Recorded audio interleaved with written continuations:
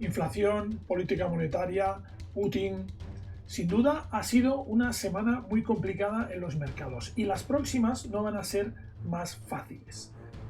No hemos aún resuelto una de las principales incógnitas que teníamos en las últimas semanas y meses, como es cómo se va a gestionar el problema de la inflación y qué políticas monetarias o qué cambios sobre las políticas monetarias van a tener los bancos centrales, que ahora mismo tenemos encima de la mesa una crisis geopolítica de primer nivel. ¿Cómo va a afectar esto a los mercados financieros? Pues esto es lo que te vamos a contar ahora en tiempo real.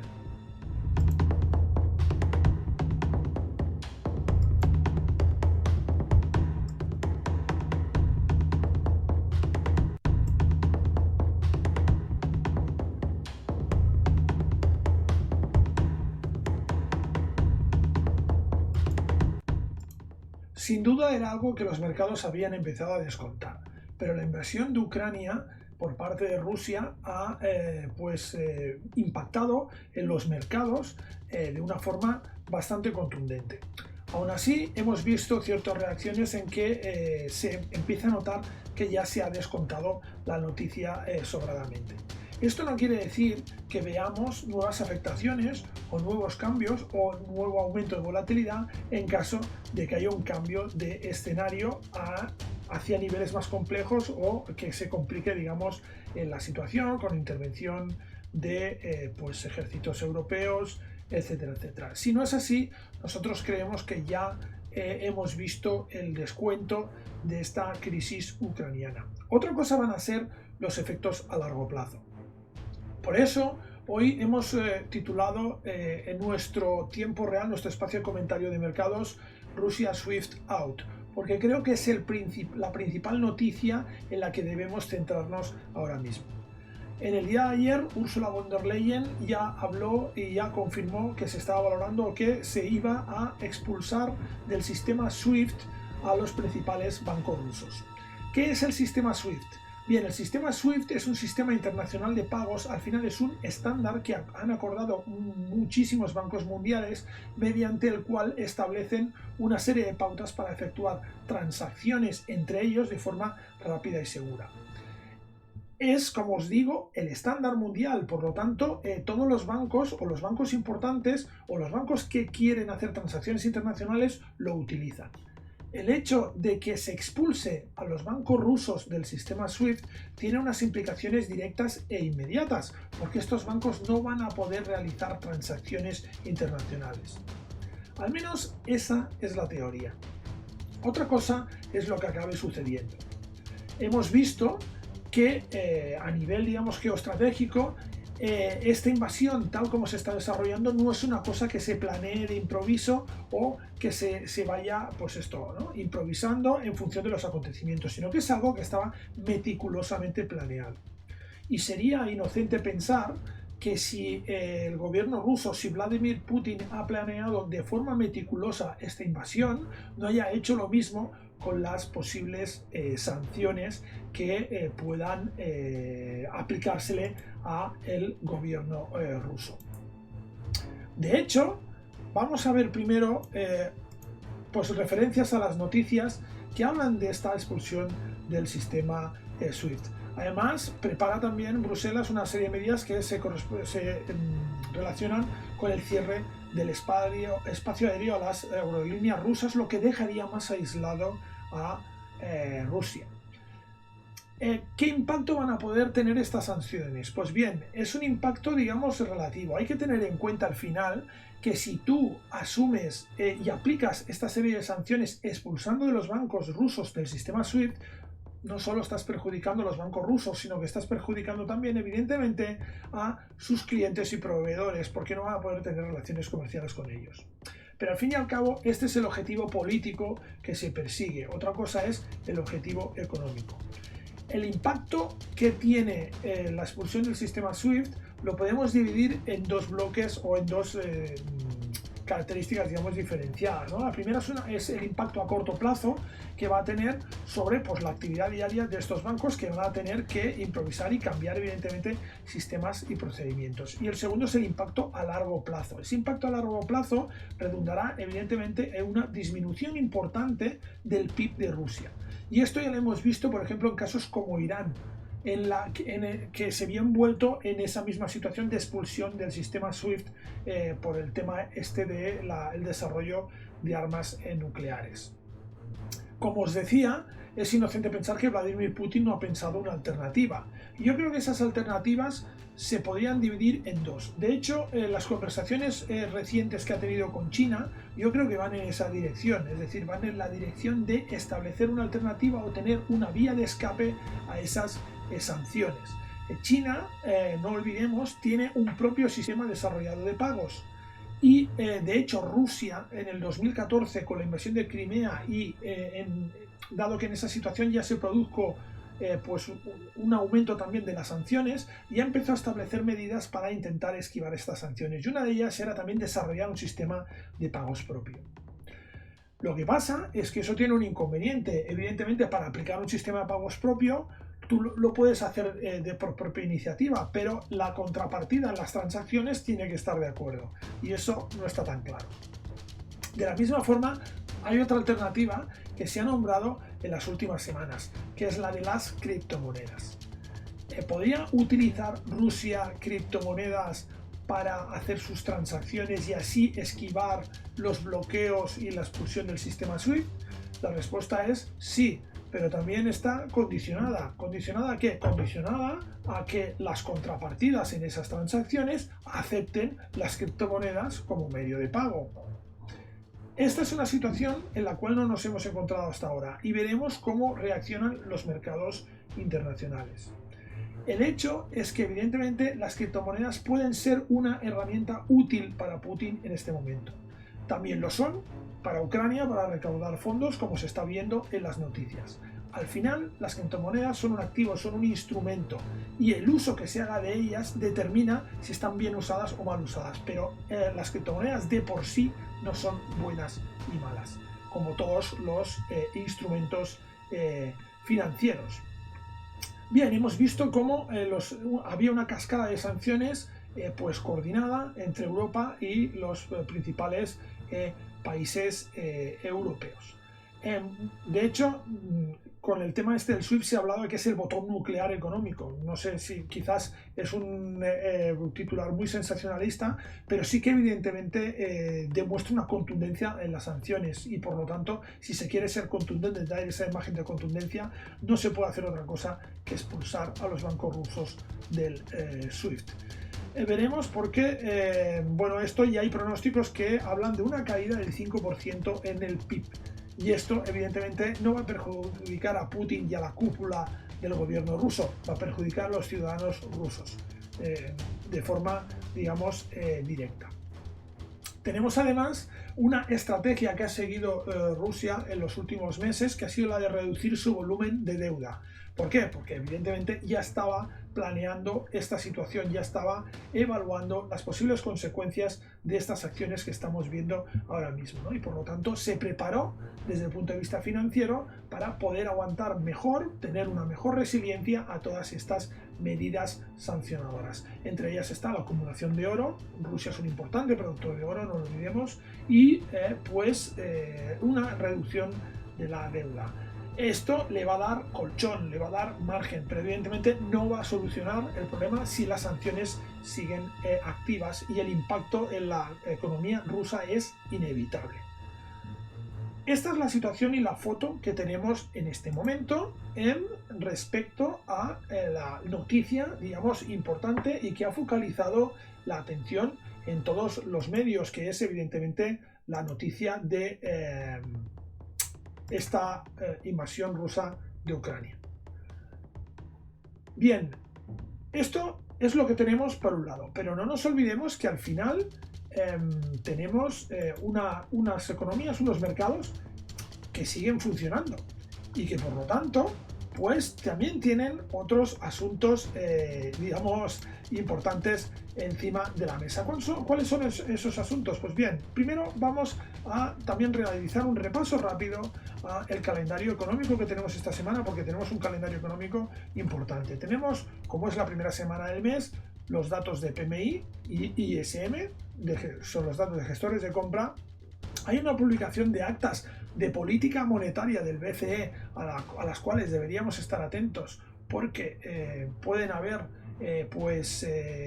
pistas o pueden haber frases que induzcan a los mercados a presuponer ciertas medidas de política monetaria.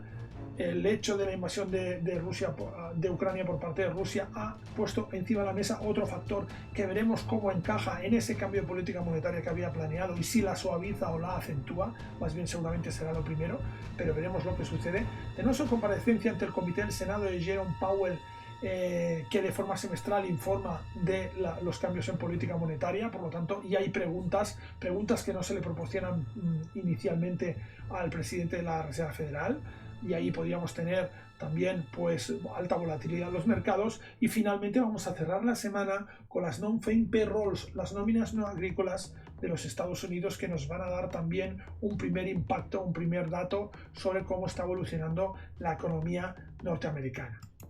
Así que ya veis, tenemos datos importantes y tenemos datos macro que pueden reconducir o pueden alterar a los mercados. Así que vamos a tener que estar atentos a toda esta serie de informaciones. Bien, vamos a ver ahora sí cómo realmente han reaccionado pues los mercados esta semana. Y para ello nos vamos a ir a ver los principales índices mundiales. Vamos a ver aquí qué es lo que tenemos. Bien, tenemos el S&P500. Podéis ver este S&P500 que nos marca un denominador común que vamos a ver en todos los índices. ¿Qué es lo que nos dice el S&P500? Pues fijaos, el S&P500 ha perdido la media exponencial de 200 periodos. De hecho, ha hecho una primera perforación, ha hecho una recuperación de los niveles de la media exponencial, ha rebotado a la media de 50 y ha vuelto a perforar esa media de 200 que vamos a intentar volver a testear. La verdad es que el aspecto es bastante feo, porque esta es un típico movimiento de cambio de tendencia, con una perforación de media de 200, con una recuperación de media de 200 y una posterior pérdida, con una figura de pullback, desarrollando una figura de pullback y además sobre la media de 50 periodos. Esto la verdad es que no tiene muy buen aspecto. Evidentemente está influido por la situación geopolítica, pero realmente podríamos ver movimientos destacados esta semana, por lo tanto habrá que estar pues muy atentos. De hecho, bien, esto es lo que podemos ver, aunque podemos ver que esta semana evidentemente hemos cerrado pues con una cierta recuperación de los mercados, que no ha llegado otra vez a consolidar esa EMA de 200 periodos. En los mercados europeos que tenemos, fijaos que tenemos una estructura muy parecida. De hecho, aquí lo que no hemos visto es el pullback. Ya no hemos visto directamente el pullback, sino que hemos visto una fuerte compresión y una fuerte tendencia a la baja. Además nos está marcando esta figura de doble techo aquí y esa pérdida de la media de 200 periodos, además de la directriz alcista. En el Eurostock 500 el aspecto pues tampoco es mucho más positivo. Si nos vamos a los mercados asiáticos, si nos vamos al Nikkei, el Nikkei pues vemos como ya había perdido hace tiempo esa media de 200 periodos y de forma suave ha ido descendiendo. Por lo tanto, también tenemos una tendencia bajista en el Nikkei. Nos vamos a ir al DAX, un DAX que ha perdido de forma precipitada y súbita esa también media de 200 periodos y que está en un claro movimiento bajista, como podéis ver aquí, con una fuerte presión del mercado. Por lo tanto, también tenemos aquí una dinámica bajista y vamos a cerrar con el Nasdaq, un Nasdaq que también de forma rápida ha perdido esa media de 200 periodos, nos ha generado una nueva directriz alcista que ya ha perforado y ha rebotado y ha hecho un pullback sobre esa media de 200 periodos y la de 50, y también tenemos dinámica bajista. Esta sería un poco la imagen que tenemos en el mercado, es decir, un mercado que, hablando de renta variable, se muestra claramente a la baja. Y además tenemos los bonos a 10 años en zona de máximos, en esta zona superior de este canal, que si encogemos el gráfico, vamos a meter semanal, podemos ver claramente cómo estamos en una zona estratégica, ¿vale? Una zona desde la cual cuando se ha llegado a este nivel en el precio del bono, normalmente hemos visto severas caídas en los mercados de renta variable, como la caída del 2018, la crisis financiera de 2008, las .com en el 97, México en el 94 o el lunes negro del 87.